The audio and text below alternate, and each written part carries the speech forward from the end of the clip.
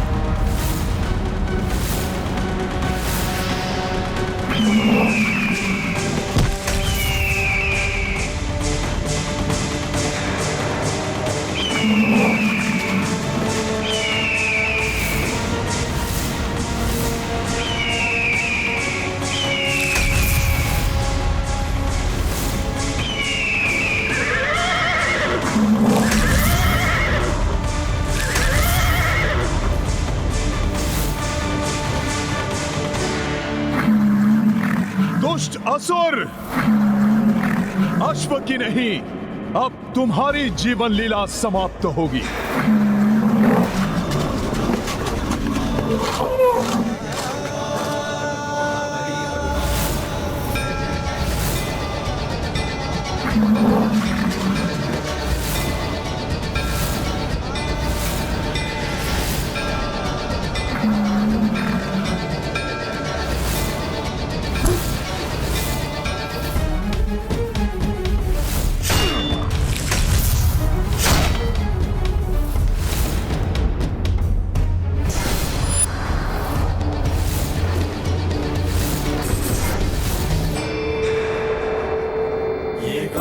महाबली हनुमत की, रुचिकर लीला राम भगत की। जय जय जय रघुनंदन राम, जय जय जय महाबली हनुमान। पंच रूप पवन सुत धारे, पांचहु दानव क्षण में संहारे। जब सहाय बलि हनुमाना, राम काज में को व्यवधाना। ये गाथा महाबली हनुमत की, रुचिकर लीला राम भगत की। जय जय जय रघुनंदन राम, जय जय जय महाबली हनुमान। जय जय जय रघुनंदन राम, जय जय जय महाबली हनुमान।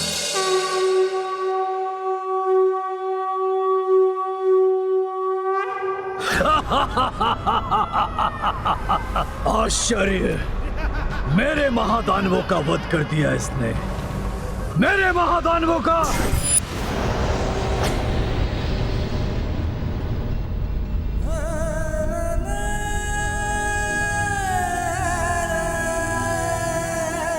प्रभु श्री राम के अनन्य भक्त हनुमान, हमसे बड़ी भूल हुई है, हमें क्षमा कर दीजिए।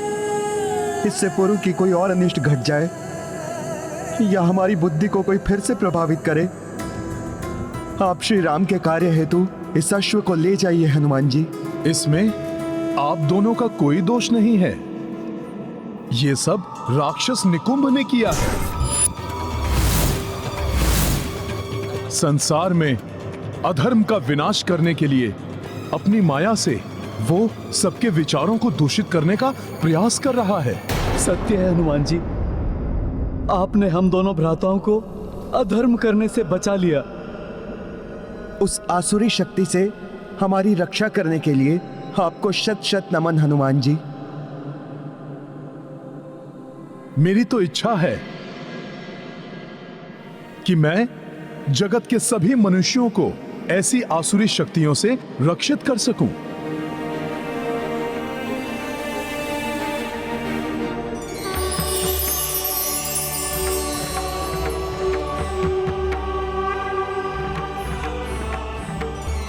प्रणाम ब्रह्मदेव।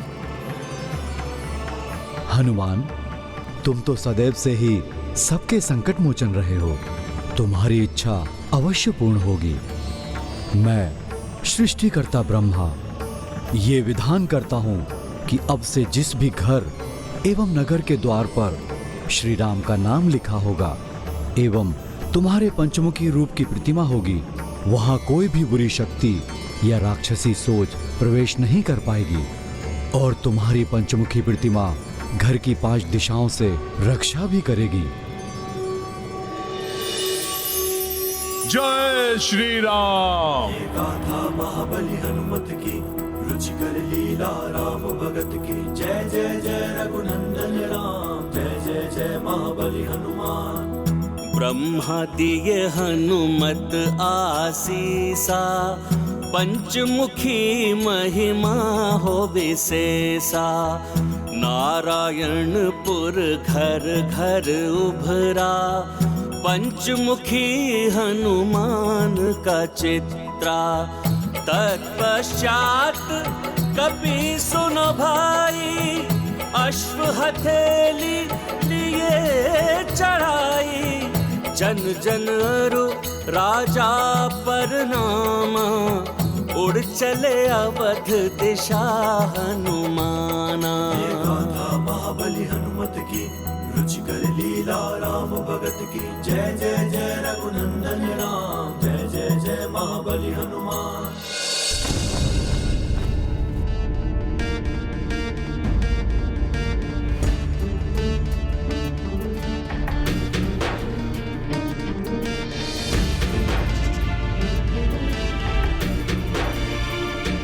उषा काल की लालिमा छा चुकी है क्षितिज पर।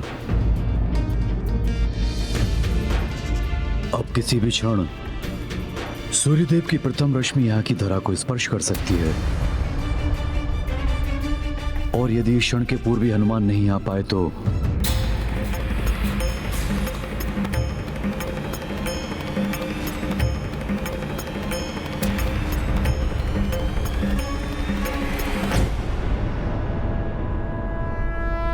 हनुमान आ गए।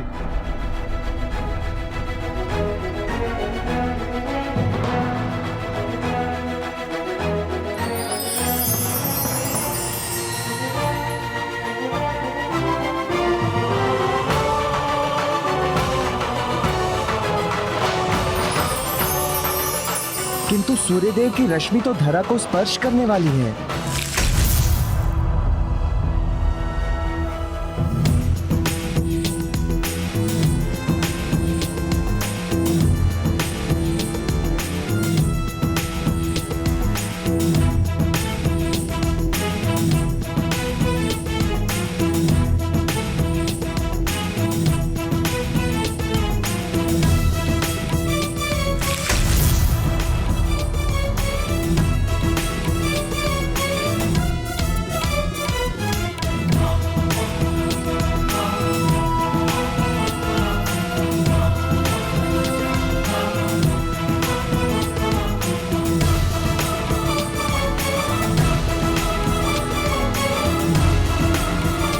प्रणाम गुरुदेव वशिष्ठ।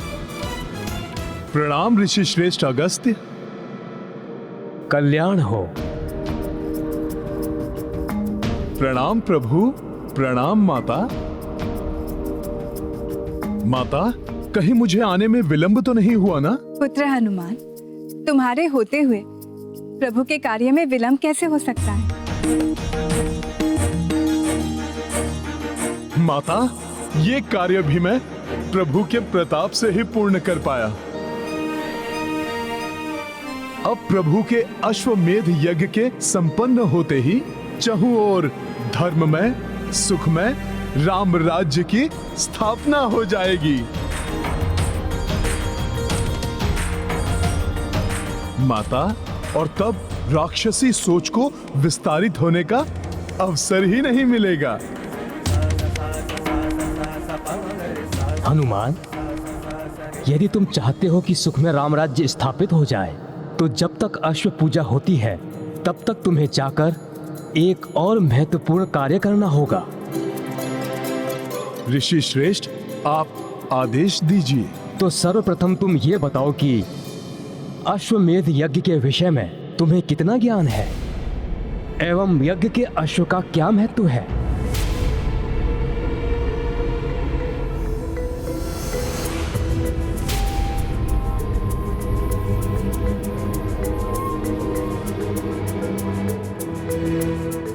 ऋषिवर, जहां तक मुझे ज्ञात है, राजा अपने साम्राज्य एवं प्रभुत्व को विस्तारित करता है। अश्व जिस राज्य से होकर निकलता है, उस राज्य के राजा को यज्ञ करने वाले राजा की अधीनता स्वीकार करनी होती है।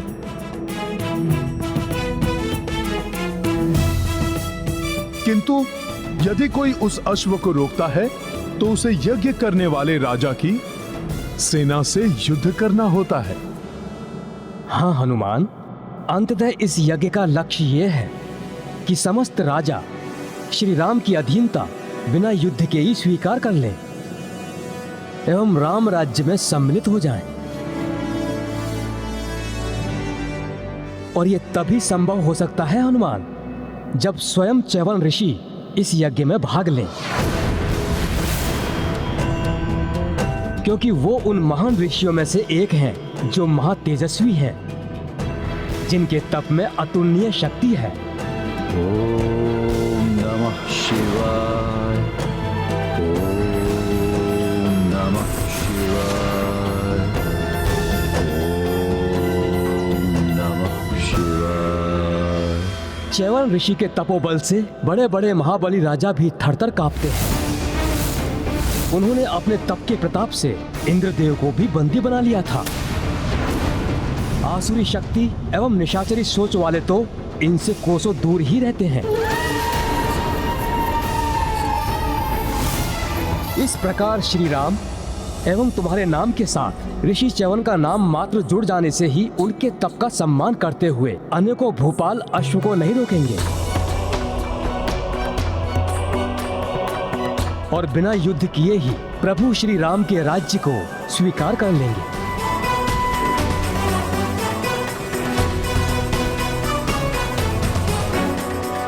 परंतु ऋषि च्यवन सरयू किनारे तप कर रहे हैं, शीघ्र कुपित हो जाते हैं वो।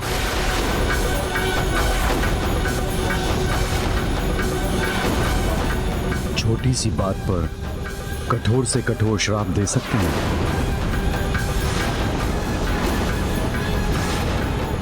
उन्हें यज्ञ के लिए यहां ला पाना लगभग असंभव ही है हनुमान।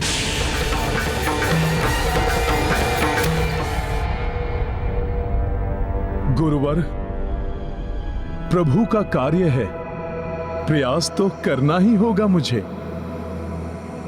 किंतु किसी कारण से रुष्ट होकर उन्होंने पुत्र हनुमान को श्राप दे दिया तो?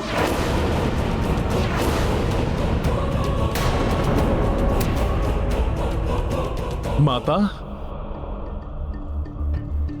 आप चिंता मत कीजिए, मैं ऐसा नहीं होने दूंगा। यदि माता ऐसा कुछ हुआ तो भी मैं प्रभु का नाम लेकर उनके श्राप को भी आशीर्वाद समझकर मैं ग्रहण कर लूंगा।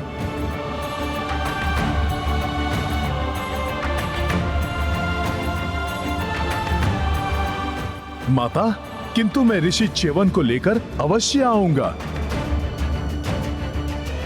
कार्य कितना भी जटिल हो, किंतु बिना किसी संकट के समय रहते यदि वो कार्य कोई कर सकता है तो वो मात्र हनुमान ही है।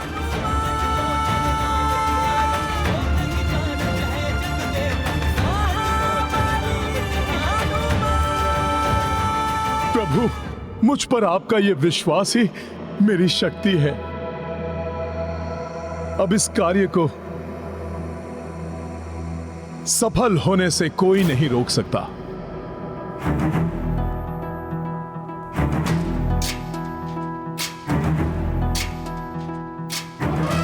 प्रभु, आप बस मुझे आज्ञा दीजिए। सफल मनोरथ भवा। हनुमान ज्ञान गुण सागर जय कपीस तिहु लोक उजागर जय हनुमान ज्ञान गुण सागर जय कपीस प्रणाम गुरुदेव। आयुष्मान भव। कल्याण हो। वीर विक्रम बजरंगी कुमति निवार सुमति के संगी जय हनुमान ज्ञान गुण सागर जय कपीस तिहु लोक उजागर जय हनुमान जय श्री राम। उजागर जय भरत विराज सुबेसा कानन कुंडल कुंचित केसा हाथ वज्र और ध्वजा विराजे कांधे मूंज जनेऊ साजे जय हनुमान ज्ञान गुण सागर जय कपीस तिहु लोक उजागर वानर वानर वानर या!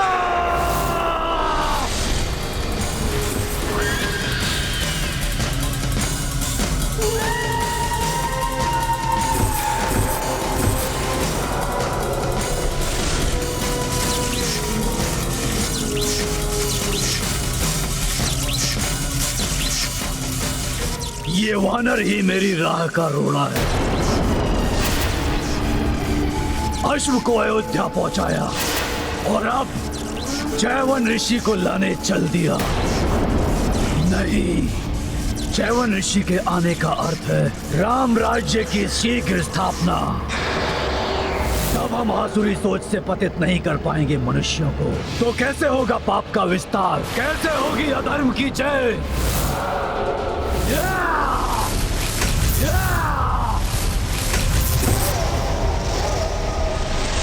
यज्ञ को किसी भी मूल्य पर सफल नहीं होने दूंगा मैं। विघ्न डालना होगा, विघ्न।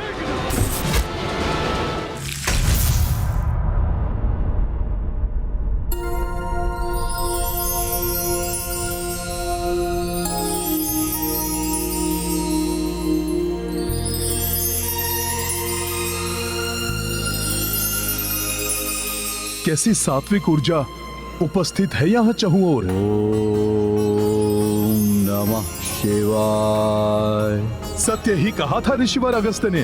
तप के तेज से यहाँ का संपूर्ण वातावरण शुद्ध, पवित्र एवं दिव्य बना हुआ है। ओम नमः शिवाय। च्यवन ऋषि भी आसपास ही कहीं होंगे।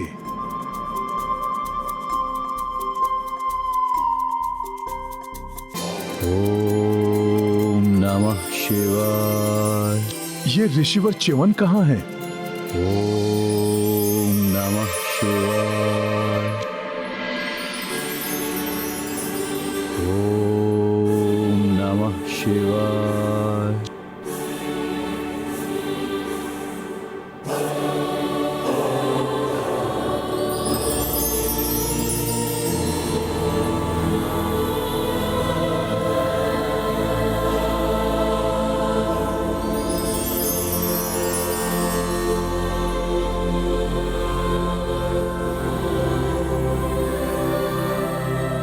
तप का ऐसा अद्भुत एवं विचित्र तेज, ऋषिवर च्यवन भी इतने युवा, आश्चर्य है।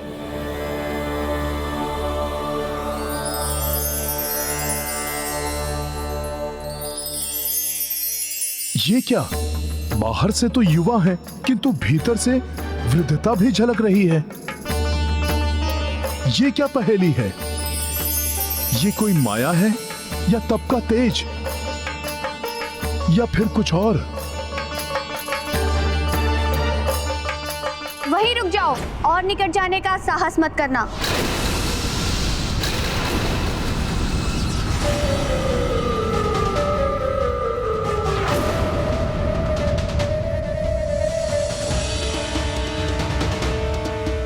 अब तृण भर भी आगे बढ़े तो तुम्हें ऋषिवर के प्रलयकारी कोप का भागी बनना पड़ेगा। कौन हो तुम?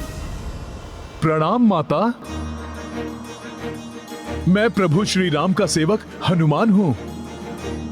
मैं ऋषिवर के तप में विघ्न नहीं डालूंगा, किंतु प्रभु श्री राम के अश्वमेध यज्ञ के लिए मुझे शीघ्र ही ऋषिवर को अयोध्या लेकर जाना है। उसके लिए तो तुम्हें ऋषिवर के मंत्र जाप के संपन्न होने तक प्रतीक्षा करनी होगी।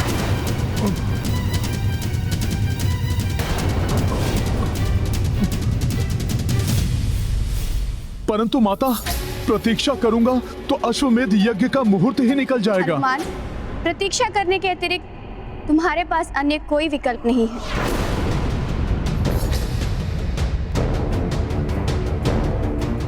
ओम नमः शिवाय। माता, कोई तो विकल्प होगा जिससे ऋषिवर कुपित भी ना हो और ध्यान से जागृत भी हो जाएं। नहीं, अपितु किसी ने उनका ध्यान भंग किया तो उसे कठोर दंड देते हैं ऋषिवर। मैं भी दंड भोग रही हूँ। एक भूल के कारण जीवन भर के लिए इनकी दासी बनना पड़ा मुझे। माता, जीवन भर के लिए दासी? ऐसा क्या हो गया था आपसे? ये एक लंबी कथा है, सुनना चाहोगे? हाँ माता, किंतु नहीं माता, समय बहुत अल्प शेष है। आज मैं कथा के लिए क्षमा चाहता हूँ। माता, अभी तो मुझे ऋषिवर को ध्यान से जागृत करने के लिए कोई उपाय ढूंढना होगा।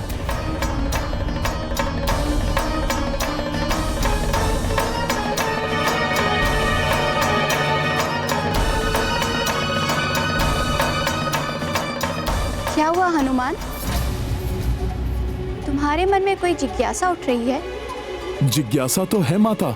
सैकड़ों वर्षों से जिनके प्रताप के बारे में सुना है, वो देखने में इतनी कम आयु के हैं। देह से युवा प्रतीत हो रहे हैं माता, किंतु तपोबल किसी दृढ़ आयु समान ऋषि के जैसा है। इसकी भी कथा लंबी है, कहो तो सुनाऊं? माता, तब तो आप रहने दीजिए। अभी तो आप यही प्रार्थना कीजिए कि ऋषिवर को बिना कोपित किए ध्यान से जागृत करने का उपाय मिल जाए मुझे। ऋषिवर का ध्यान तो उनकी इच्छा से ही टूटेगा। उचित है कि तुम प्रतीक्षा करो और मुझे अपने कार्य करने दो।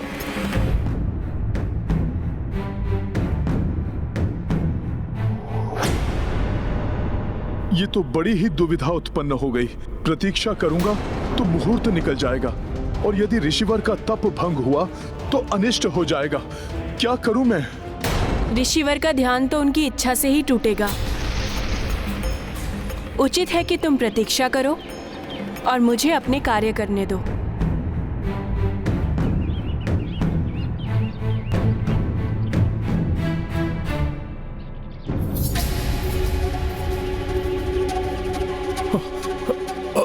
माता, माता, माता, माता, जल लाने में मैं आपकी सहायता करूं?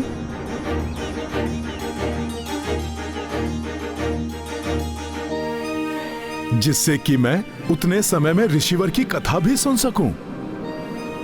कदाचित ऋषिवर की कथा सुनने से ही कोई ऐसा उपाय मिल जाए जिससे कि मैं इन्हें ध्यान से उठाकर शीघ्र अतिशीघ्र अयोध्या लेकर जा सकूं। गंगे च यमुने चैव गोदावरी सरस्वती नर्मदे सिंधु कावेरी जलेस्मिन् सन्निधिं कुरु। गंगे च यमुने चैव गोदावरी सरस्वती नर्मदे सिंधु कावेरी जलेस्मिन् सन्निधिं कुरु। अब शीघ्र ही पूर्ण सज्जित किया जाए अश्व को।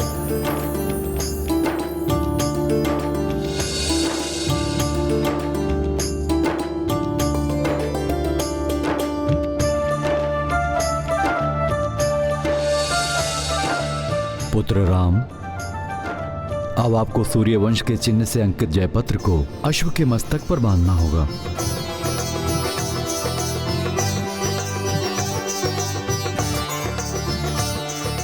अश्व तो अब दिग्विजय यात्रा के लिए पूर्णतया सज्जित हो गया है, किंतु ऋषिवर च्यवन आने वाले हैं। इसलिए हवन आदि और आगे की विधि उनके अनुसार हो तो उचित है।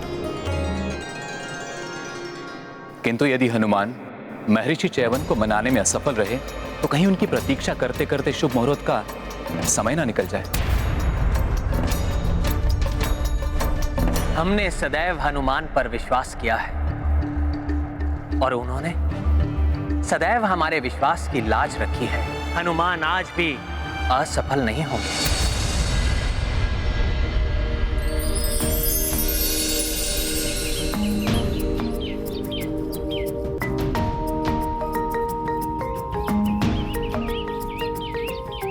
तो तुम कथा सुनना चाहते हो?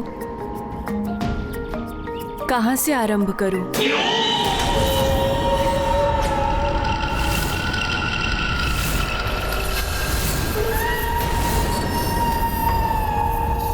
कोई और भी है यहाँ हमारे आसपास? कहीं राक्षस निकुंभ तो नहीं यहाँ पहुंच गया?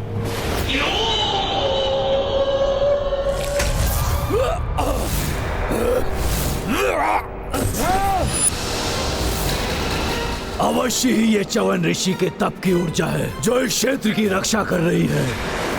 ऋषि, ऐसे ही नहीं जाने दूंगा मैं तुम्हें, और अधिक शक्ति का संचय करके आऊंगा मैं। हनुमान, प्रतीत हो रहा है कि तुम्हें आसपास किसी दुष्ट शक्ति का आभास हो रहा है। हाँ माता, कोई तो दुष्ट आत्मा है यहाँ।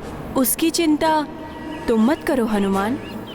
ऋषिवर के तपोबल के प्रभाव से कोई भी दुष्ट आत्मा यहाँ नहीं आ सकती।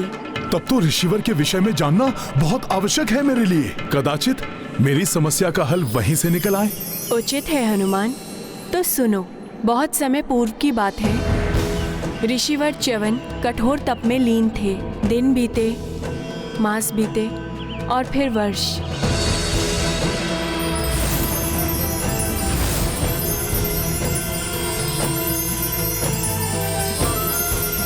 और इस प्रकार सहस्त्रों वर्ष उनका तप चलता रहा।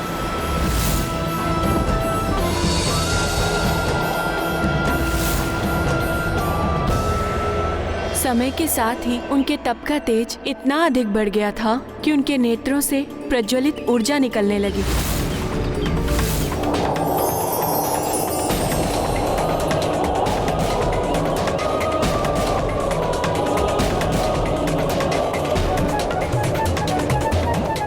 वो इतने गहन ध्यान में लीन हो गए कि दीमकों ने अपनी बाम्बियां उनके चारों ओर बना ली।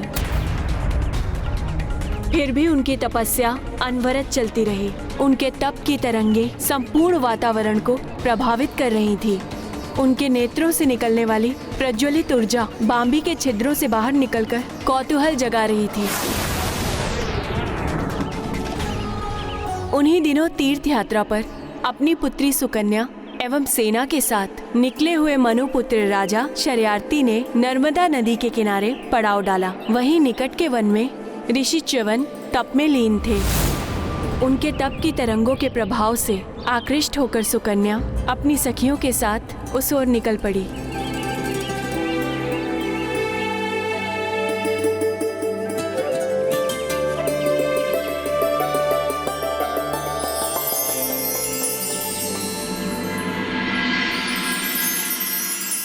शीघ्र ही राजकुमारी सुकन्या च्यवन ऋषि की देह पर बनी हुई बाम्बियों के निकट पहुंच गई और उनके दो छिद्रों से निकलते हुए प्रकाश को देखकर उसका कौतूहल और बढ़ गया।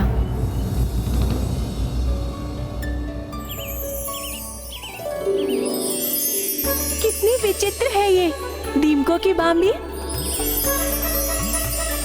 और इन छिद्रों से निकलते हुए प्रकाश को देखकर ऐसा प्रतीत होता है जैसे इसके भीतर कोई प्रकाश पुंज हो।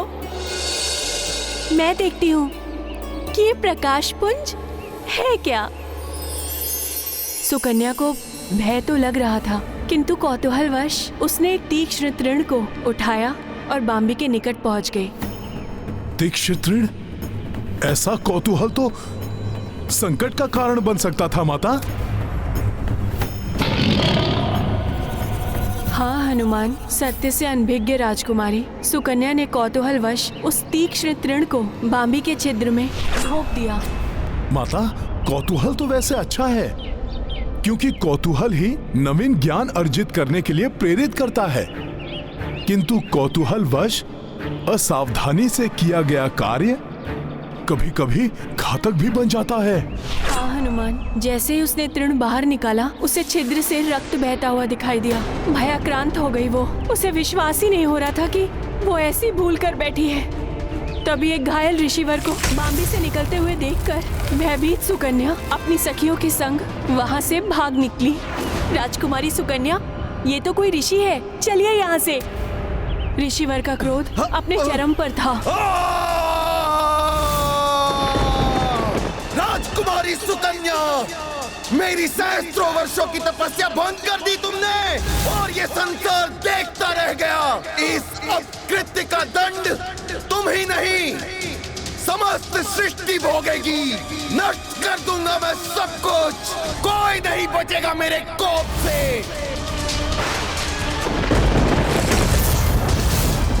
ये तो बहुत ही बुरा हुआ माता। ऋषिवर के क्रोध का ऐसा झंझावात उठा कि सृष्टि के पंचभूत तत्व भी असंतुलित हो उठे। वायु महाप्रचंड वेग से सब कुछ उड़ाने लगी।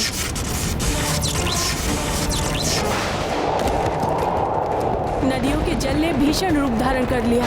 स्वच्छ आकाश सहसा ही घने मेघों से छा गया। वेग की आंधियों ने श्वास लेना दुर्भर कर दिया था। अतः कोई गिरकर अचेत हो रहा था तो कोई प्रचंड वायु में उड़ रहा था। ये धूल भरी आंधी, सांस लेना भी कठिन हो रहा है। ऋषिवर के क्रोध से चारों ओर विनाश लीला आरंभ हो गई। सुकन्या ने अपने पिता से जाकर सब कुछ बता दिया। स्तब्ध रह गए थे महाराज शर्याती। वायु के थपेड़ों में धूल भरी आंधियों का सामना करते हुए वे किसी प्रकार ऋषिवर के पास जा पहुंचे।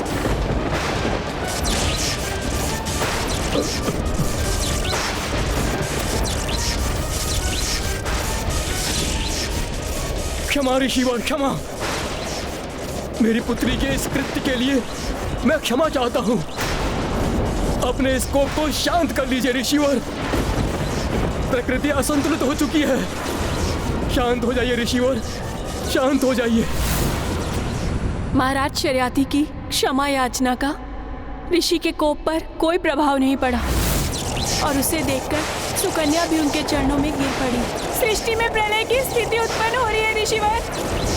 भूलवश हुए अपराध का इतना बड़ा दंड मत दीजिए सृष्टि को।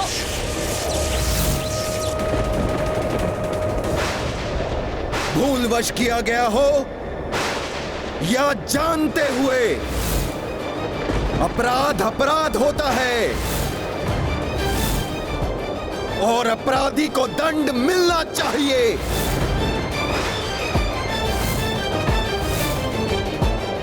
तो मुझे दंड दीजिए, अपराध मुझसे हुआ है और मैं इसके प्रायश्चित के लिए प्रस्तुत हूँ ऋषिवर। तुम करोगी प्रायश्चित? मेरे जीवन भर की तपस्या को भंग किया तुमने, तो आजीवन मेरी सेवा करने का प्रण लो।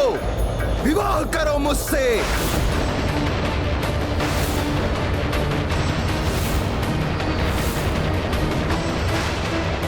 नहीं नहीं, मेरी पुत्री सुकुमारी है और आप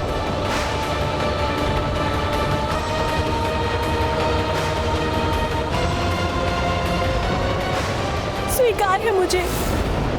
विवाह करूंगी मैं आपसे।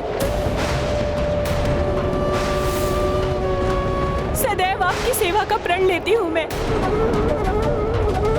किंतु ये विनाश लीला अब रोक लीजिए।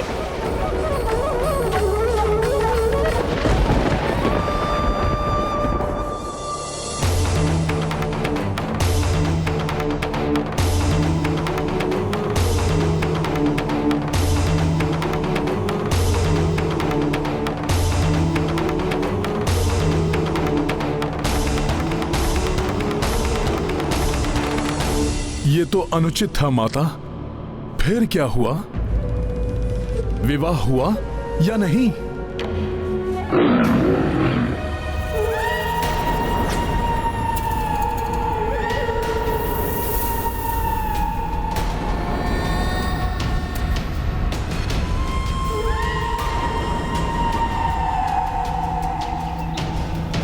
ये ध्वनि अवश्य ही कोई तो है यहां।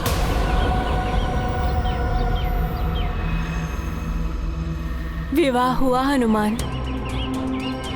सुकन्या अपने पति को इष्ट देव मानकर दिन रात उनकी सेवा में जुट गई। पतिव्रत धर्म का पालन, सदाचरण एवं वर्षों की अनवरत सेवा को देखकर एक दिन ऐसा भी आया जब ऋषिवर सुकन्या पर प्रसन्न हो गए।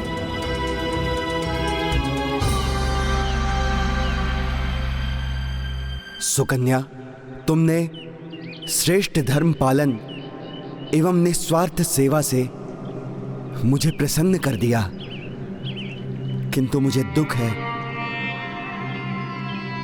मैंने तुम्हें ऐसा दंड दिया जो कोई भी सुकुमारी स्वीकार नहीं करती।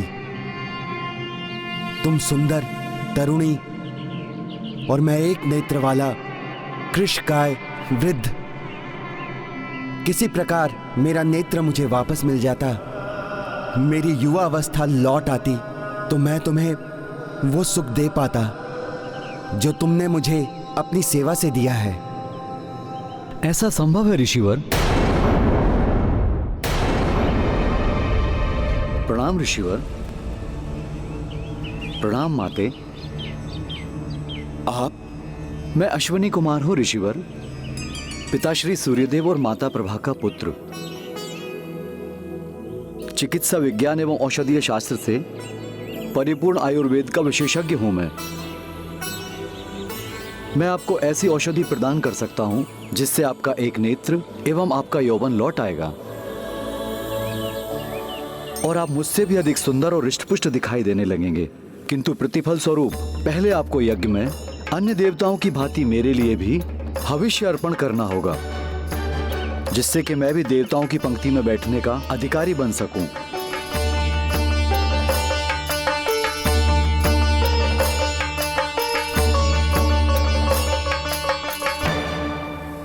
अवश्य ही ये देवी सुकन्या के श्रेष्ठ धर्म पालन एवं ऋषिवर के तपोबल का परिणाम था, जो अश्विनी कुमार स्वतः ही उनकी सहायता के लिए प्रेरित हुए।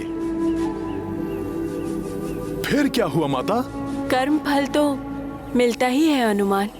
ऋषिवर ने शीघ्र ही यज्ञ आरंभ कर दिया, किंतु जब यज्ञ अपनी चरम सीमा पर पहुंचने लगा तो अश्विनी कुमार के नाम से आहुतियां पड़ती देखकर इंद्रदेव कुपित हो उठे और ऋषिवर को ऐसा करने से रोकने के लिए आ गए। ओम अश्विनी कुमाराय नमः। रुक जाइए ऋषिवर। आप अश्विनी कुमार को हम देवताओं के समान अधिकार एवं पद कैसे दे सकते हैं? ओम अश्विनी कुमाराय नमः।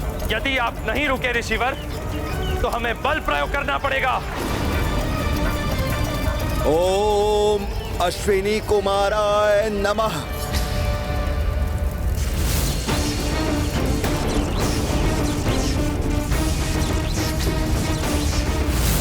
ओम अश्विनी कुमाराय नमः। आप ऐसे नहीं रुकेंगे ऋषिवर।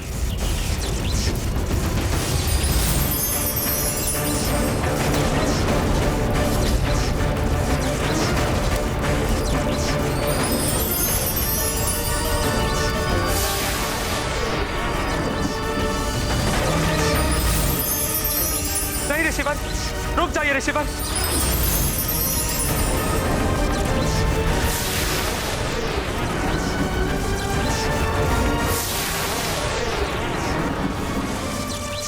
क्षमा ऋषिवर च्यवन, क्षमा। रोक लीजिए अपने कोप को।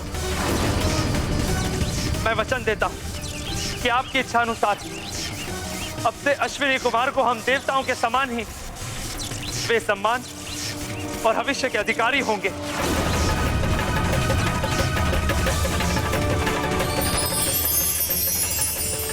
शांत हो जाइए ऋषिवर, क्षमा कर दीजिए इंद्रदेव जी को।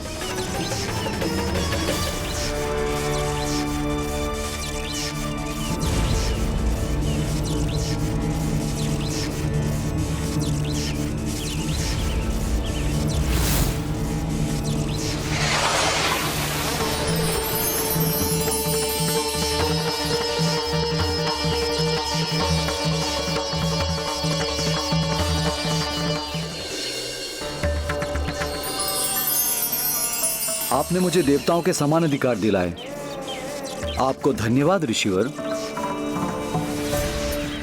अब आप ये औषधि स्वीकार कीजिए। इसके सेवन से आपकी दृष्टि लौट आएगी और आप पुनः युवावस्था को प्राप्त हो जाएंगे।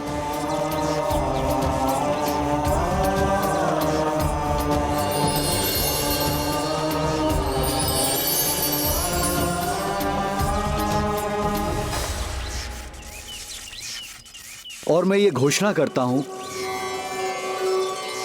भविष्य में ये औषधि आपके नाम से ही प्रचलित होगी। च्यवनप्राश के ही नाम से सब इसे जानेंगे।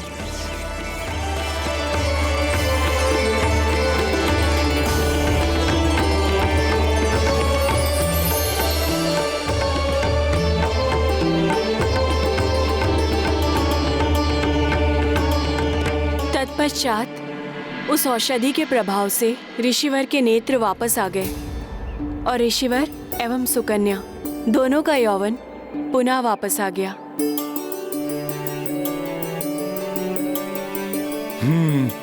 मैं पहचान गया माता, आप ही राजकुमारी सुकन्या है ना?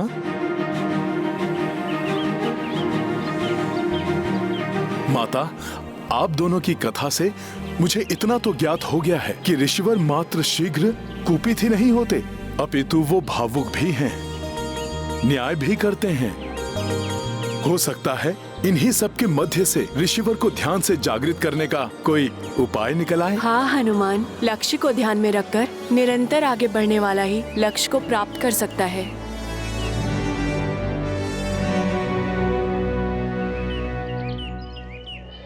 माता, कथा सुनते सुनते हम यहाँ कब पहुँच गए ज्ञात ही नहीं हुआ। अब मैं जल भर कर लाता हूँ।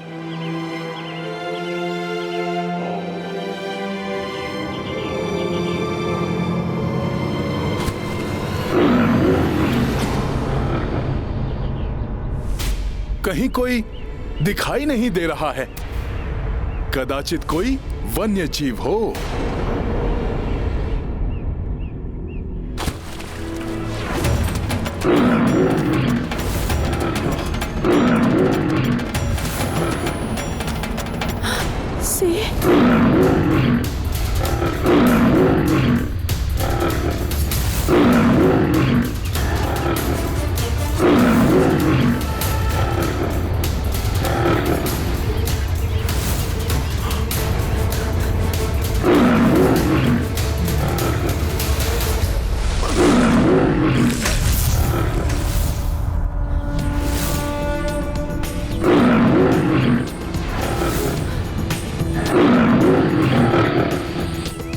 भयभीत होने की कोई आवश्यकता नहीं है माता,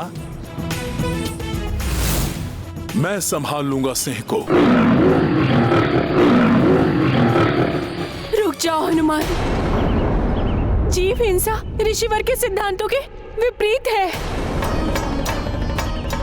विशेष रूप से वन जीवों की हिंसा के वो पूर्णतः विरुद्ध है। इसलिए तुम इस सिंह को आहत मत करना। ये स्त्री मेरा आहार है वानर, इसलिए मेरे मार्ग से हट जाओ, मैं बहुत भूखा हूँ। ऋषिवर च्यवन के सिद्धांतों के अनुसार मैं तुम्हें आहत नहीं करूंगा वनराज, किंतु तुम्हें माता को भी आहत नहीं करने दे सकता।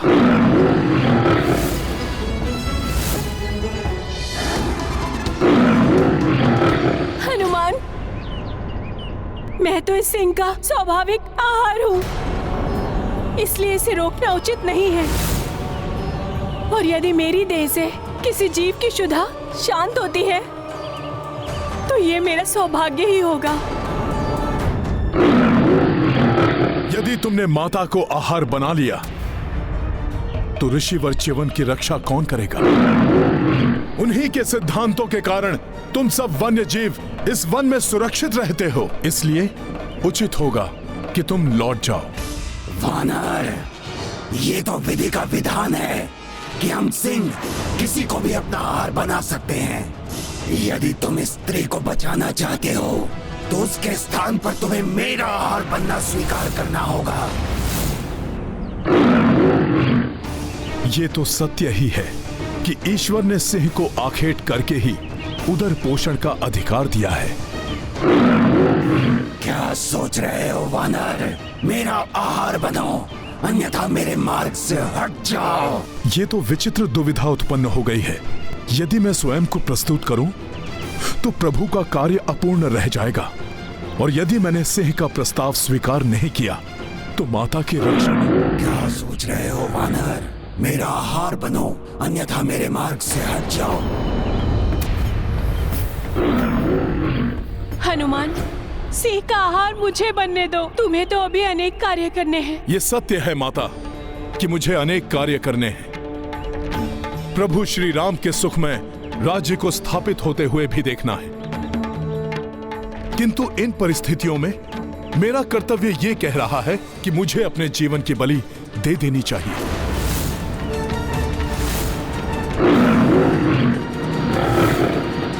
नहीं, तुम्हें तो अभी न जाने कितने लोगों को संकटों से बचाना है। संकट मोचन हो तो। क्षमा करें माता, आपको भी तो संकट से बचाना है मुझे।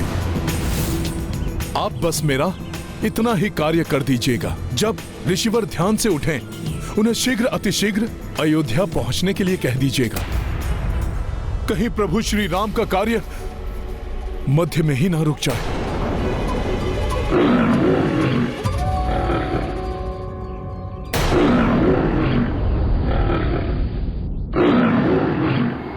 मुझे अपना आहार बनाकर अपनी क्षुधा शांत कर लो वनराज, मैं प्रस्तुत हूं। सुकन्या के जीवन लाए, पवन तनय सिंह सम्मुख आए। स्वप्राणा भी तनिक न मोहि, संकट मोचन समना कोई। महाबली हनुमत की रुचि राम भगत। जय जय जय रघुनंदन राम, जय जय जय महाबली हनुमान।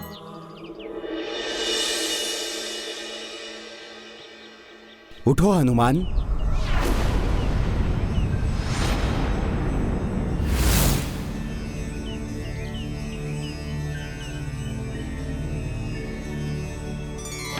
तुम्हारी परीक्षा लेने हेतु मैंने ही सिंह का रूप धरा था। हनुमान, मैं तुम्हारी धर्मपरायणता और परमार्थ के प्रति निष्ठा देखकर अत्यंत प्रसन्न हुआ।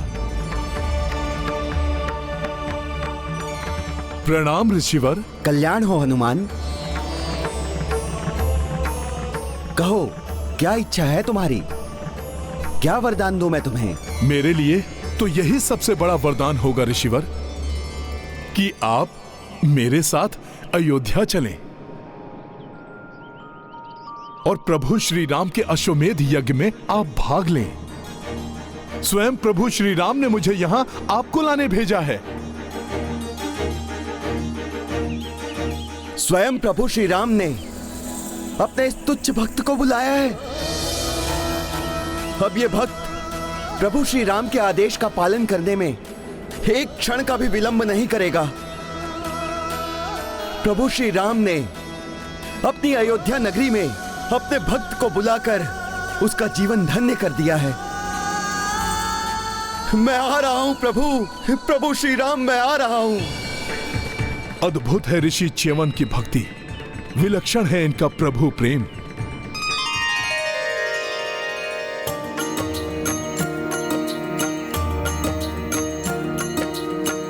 भक्त ही भक्ति रस पहचाने, भक्त ही दूजे भक्त को जाने। अवध दिशा च्यवन ऋषि दौड़े, कंटक पत्थर कोई न रोके। सिया राम जय हनुमान।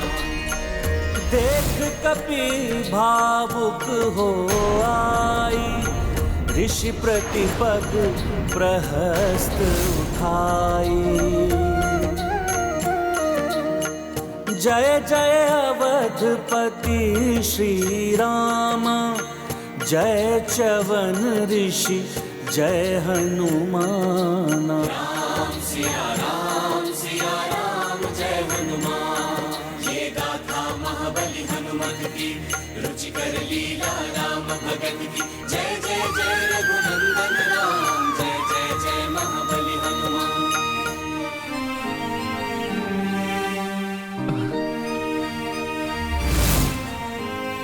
क्या हुआ ऋषिवर? आप रुक क्यों गए? तुम क्लांत हो गए होगे हनुमान।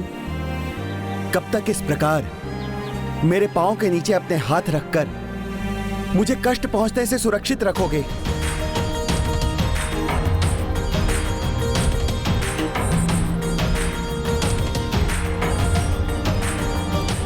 जब तक आप अयोध्या नहीं पहुंच जाते ऋषिवर, आप इतने समय से तप में लीन थे, इसलिए मैं आपकी क्लांत देह को और क्लांत नहीं होने दूंगा।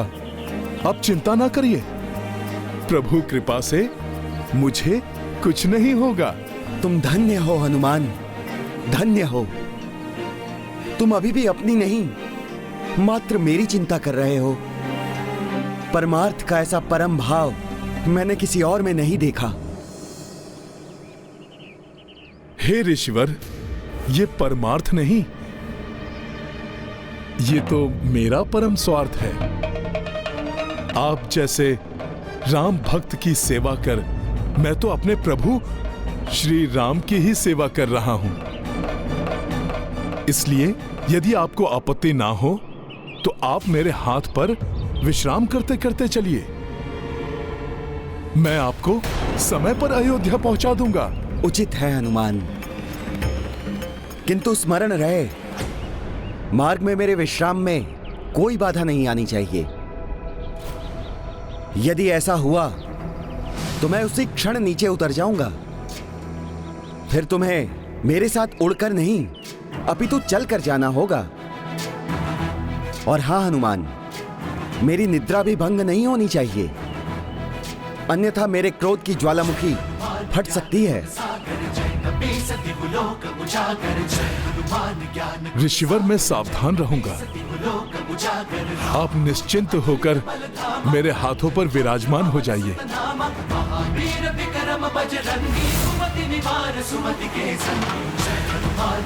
जय श्री राम।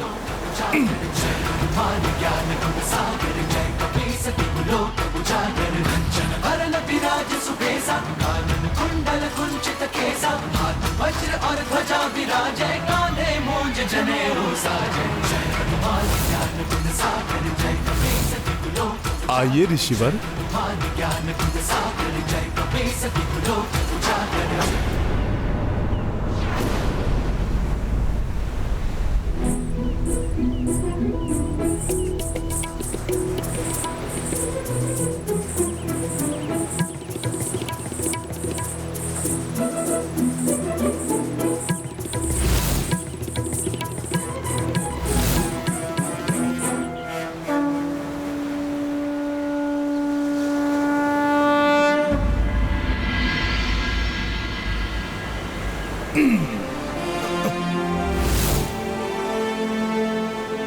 यदि उड़कर गया तो कहीं विश्राम करते हुए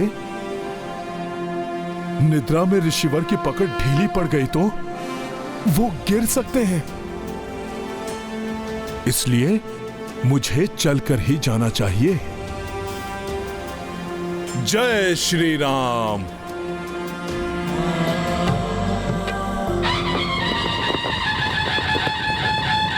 अयोध्या नरेश श्री रामचंद्र की, अयोध्या नरेश श्री रामचंद्र की, अयोध्या नरेश श्री रामचंद्र की, अयोध्या नरेश श्री रामचंद्र की, अयोध्या नरेश श्री रामचंद्र की।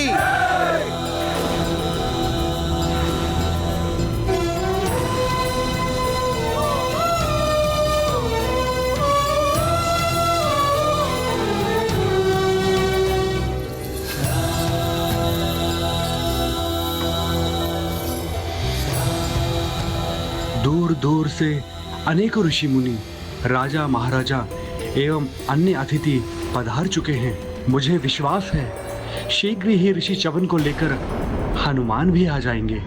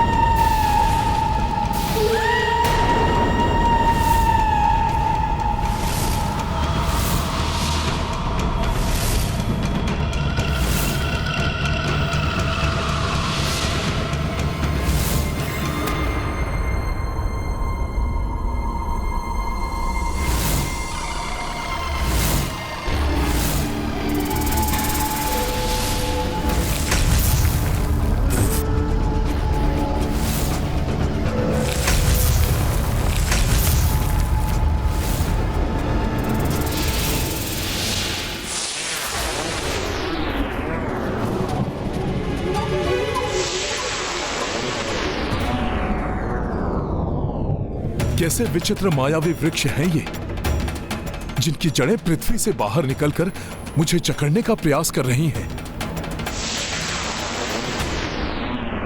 ये तो संपूर्ण वन ही मायावी प्रतीत होता है।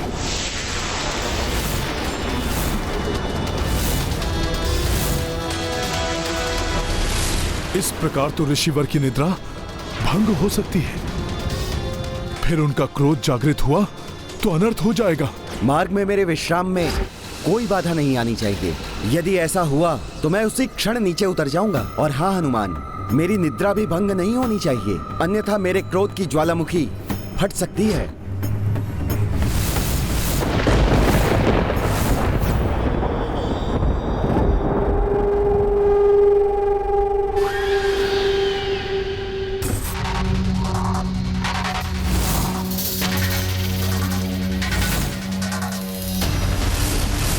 ये तो विकट स्थिति उत्पन्न हो गई।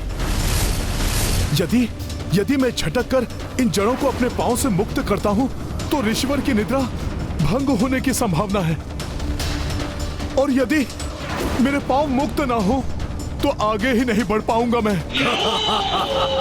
फंस गया मरकट मेरे मायावी जाल में।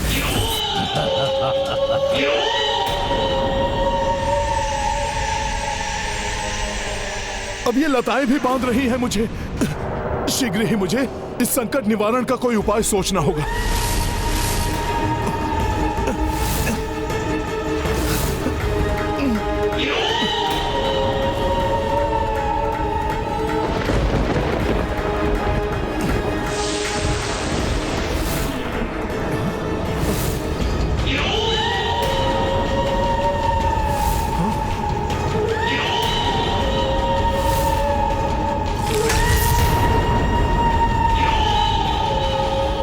आसुरी आकृति कहां से उत्पन्न हो गई?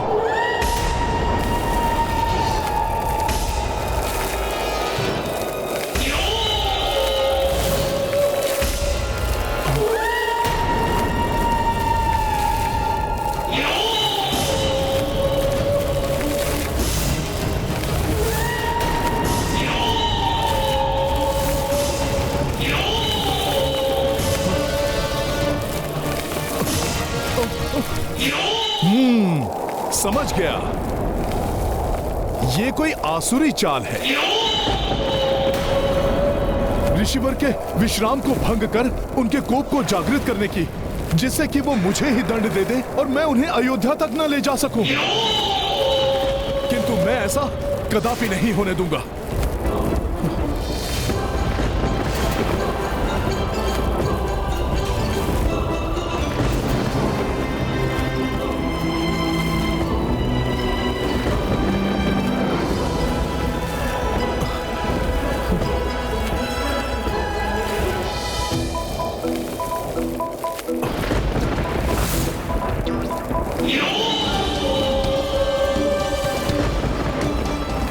सखा,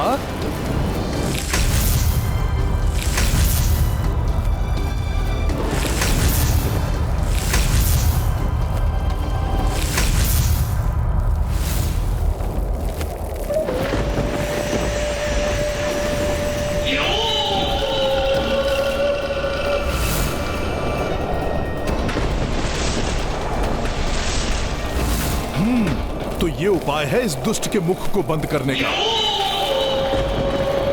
सखा,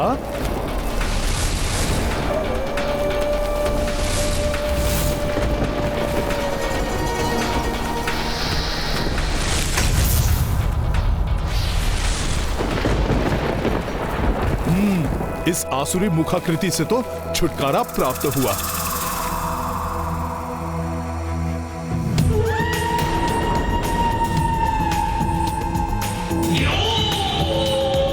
काली आसुरी आकृतियां अभी भी यहां हैं, अर्थात अभी संकट दूर नहीं हुआ है।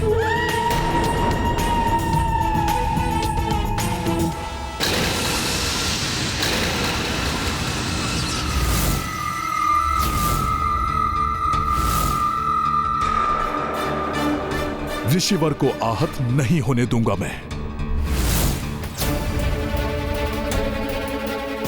सखा,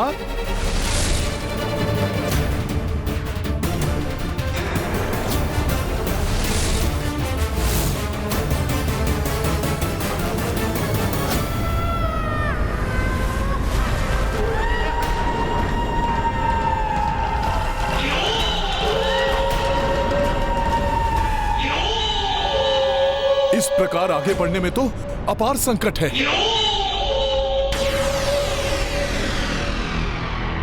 ऋषिवर के प्राण सुरक्षित नहीं है, इसलिए उनकी निद्रा और विश्राम भंग हुए बिना सर्वप्रथम मुझे इन मायावी वृक्ष रूपी संकटों से मुक्ति पानी चाहिए।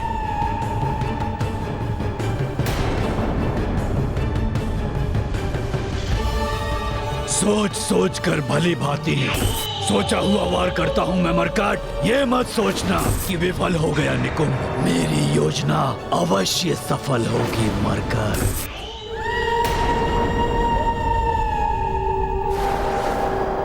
तो दुष्ट निकुंभ अभी भी अश्वमेध यज्ञ में व्यवधान उत्पन्न करने का प्रयत्न कर रहा है।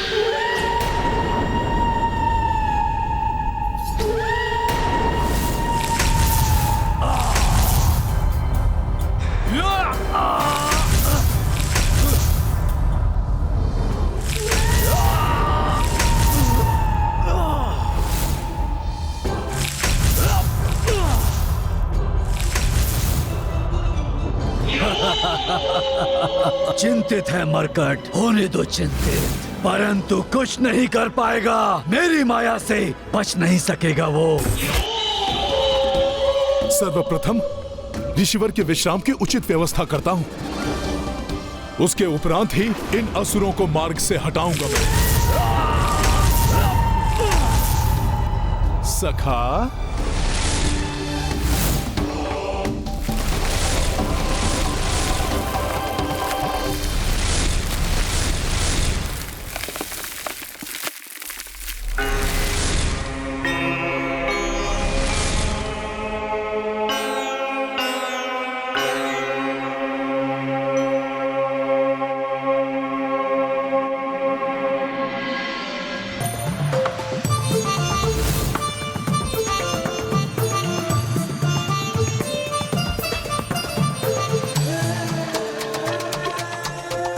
जय श्री राम।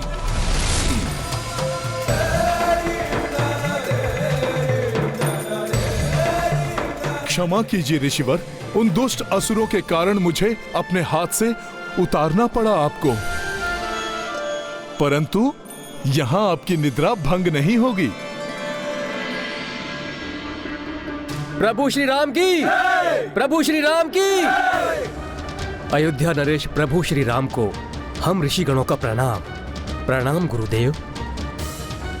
प्रभु, हम सब भी आपके इस महायज्ञ में सम्मिलित होने आए हैं। राम राज्य की स्थापना के लिए की जाने वाली इस अश्वमेध यज्ञ का साक्षी बनना हमारा परम सौभाग्य होगा। स्वागत है। धन्यवाद प्रभु। अब इन दुष्ट असुरों के आक्रमण करते ही इन्हें नष्ट कर दूंगा मैं।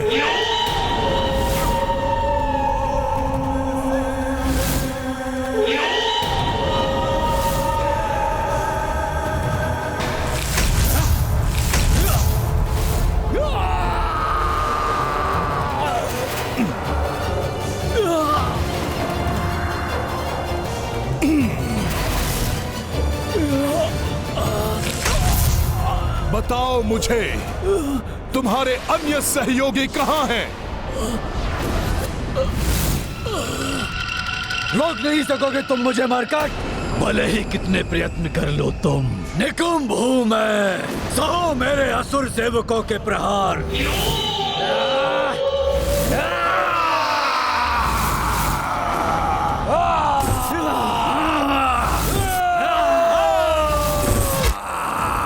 तो ये संपूर्ण सेना है यहां।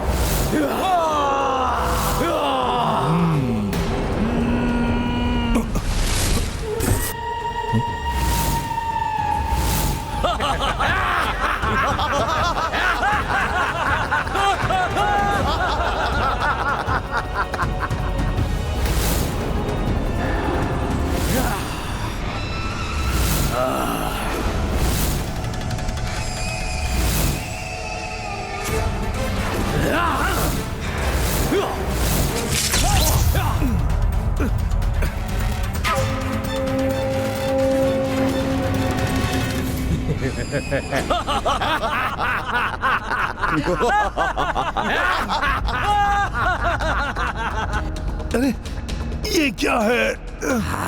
मेरी दृष्टि बाधित कर दी इन मायावी कड़ों ने। अब तुम यहाँ खड़े रह जाओगे हनुमान, और हम सब आक्रमण कर इस ऋषि का वध कर देंगे। और सब वहाँ अयोध्या में तुम्हारी प्रतीक्षा करते रह जाएंगे, और यज्ञ का मुहूर्त बीत जाएगा।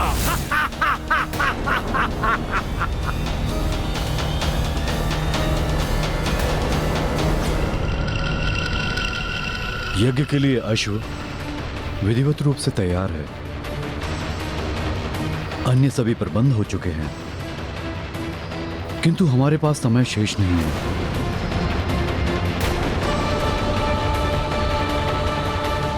यदि ये पहर बीत गया तो मुहूर्त निकल जाएगा।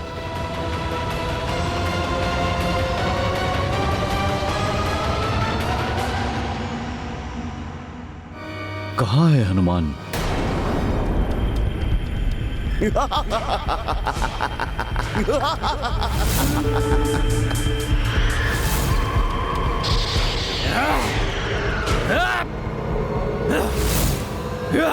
मेरी दृष्टि बाधित हो गई है।